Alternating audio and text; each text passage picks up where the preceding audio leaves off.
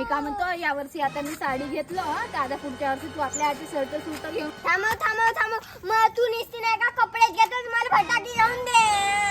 बाप्पा काय अशी करतोस तेव्हा तू बा फटाके घेऊन दे. आता घेतलं ना 2-4 फुलझड्या घेऊन दे मला. बाप्पा तू आपल्या पोरीले पाय बस मला जास्त बोलायला नको लावत आहे उभ्या रस्त्यावर.